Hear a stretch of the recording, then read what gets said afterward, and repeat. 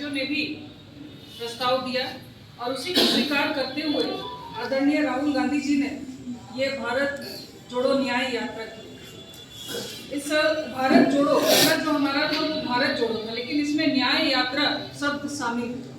तो ये न्याय यात्रा, इस शब्द का हम लोगों को क्यों आवश्यकता पड़ा, इस न्याय यात्रा का अर्थ क्या है, ये जानना बहुत जरूरी है। क्योंकि आपसे भी कल को कोई पूछ देंगे कि भाई न्याय यात्रा क्यों आप निकाल रहे हैं, आपको क्या चीज का न्याय चाहिए, आपके साथ क्या अन्याय हुआ है, आपके साथ में क्या अन्याय हुआ कि आपके नेता को ये न्याय यात्रा करनी पड़ी।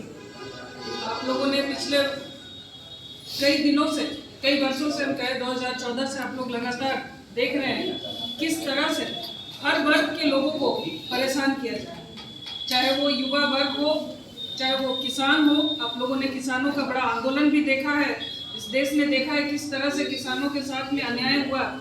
लोग सवाल करने गए तो उन लोगों के साथ में किस तरह का बर्ताव हुआ। कई हमारे किसान शहीद हो, कई युवाओं को वो कॉलेज में अगर है तो वहाँ पर अपने पढ़ाई को लेकर के या अपनी बेरोजगारी को लेकर भी आवाज उठा रहे तो उनके ऊपर भी लाठियां बरसाई जा रही है। कई हमारी महिला बहनों के साथ में अत्याचार हो रहा है, उनके शासित प्रदेशों में अगर महिलाओं के साथ अत्याचार हो रहा है, कोई अगर आवाज उठाने जा रहा है तो उसको रोका जा रहा है। आप लोगों को हाथरस कांड भी याद होगा, जिसमें उस बच्ची को रात के अंधेरे में जला दिया गया। तो इस तरह की जो अन्याय हो रही है उन सब को लेकर के आदरणीय राहुल गांधी जी ये न्याय यात्रा कर रहे हैं, जिसका मुख्य लक्ष्य है सामाजिक न्याय, आर्थिक न्याय, राजनीतिक न्याय। इसमें सारी चीजें समाहित। एक सांसद होने के नाते हम लोग संसद भवन में कई बार बातों को रखने का हम लोगों ने प्रयास किया, हमारे नेता ने भी कई बार कहने का प्रयास किया, लेकिन किसी न किसी कारणवश सेशन को चलने नहीं दिया जाता और उसका इल्जाम विपक्ष पर लगा दिया जाता है, क्योंकि विपक्ष नहीं चलाने देता। भाई हम सवाल पूछना चाह रहे हैं तो आप हमारे ऊपर ही इल्जाम लगा दे रहे हैं। क्या हम सवाल नहीं पूछ सकते? हम भी जनप्रतिनिधि हैं, हमें भी विपक्ष का दर्जा जनता नहीं दिया है। विपक्ष का मतलब है सवाल करना, सरकार से सवाल करना, और वो सवाल भी अगर हमें नहीं करने दिया जाए तो ये कहाँ अन्याय है। इसी अन्याय के खिलाफ में ये न्याय यात्रा है। सवाल करना जरूरी है। लोकतंत्र में आप सवाल नहीं करिएगा तो आपको जवाब कैसे मिलेगा। आज अगर एक वृद्धा को पेंशन नहीं मिल रहा है, सवाल नहीं करिएगा तो आपको कैसे पता चलेगा कि उसका बैंक में अकाउंट नहीं खुला है या उसका आधार कार्ड में गलती है। तो ये सवाल करना जरूरी है। अगर सवाल ही नहीं करेंगे तो जवाब नहीं मिलेगा और लोगों को न्याय नहीं मिलेगा। इसलिए हम लोगों को सवाल करने से रोका जा रहा है, और ये न्याय यात्रा कहीं ना कहीं उन विरोधियों को एक जवाब है जो हमें सवाल करने नहीं दे रहे, जो लोगों को न्याय नहीं दे रहे।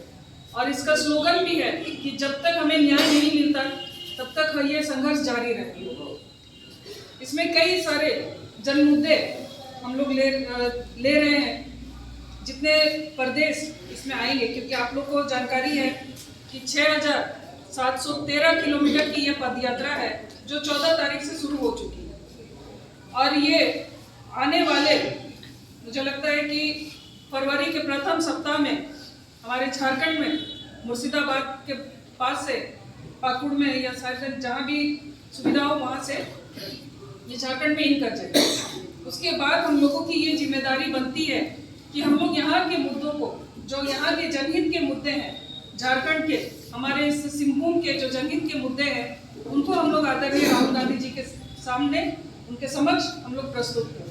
इसमें हमारे जितने भी प्रखंड अध्यक्ष हैं, मैं उनसे भी यही निवेदन करूंगी कि आप लोग अपने प्रखंडों का जो मुद्दा है, जो आपको लगता है कि ये बहुत प्रमुख मुद्दा है, आने वाले दिनों में हमारे पार्टी को इस पर बोलना चाहिए, हमारे प्रमुख नेताओं को इस पर बोलना चाहिए, इस पर विचार रखने चाहिए, या हमारे नेताओं को इसकी जानकारी होनी चाहिए।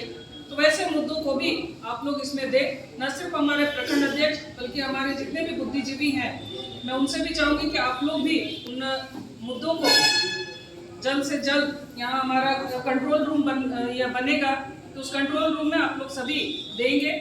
जिस तरह आप लोग को मालूम है, मैं बस उदाहरण के रूप में आप लोग को बता रही हूँ कि हम लोगों का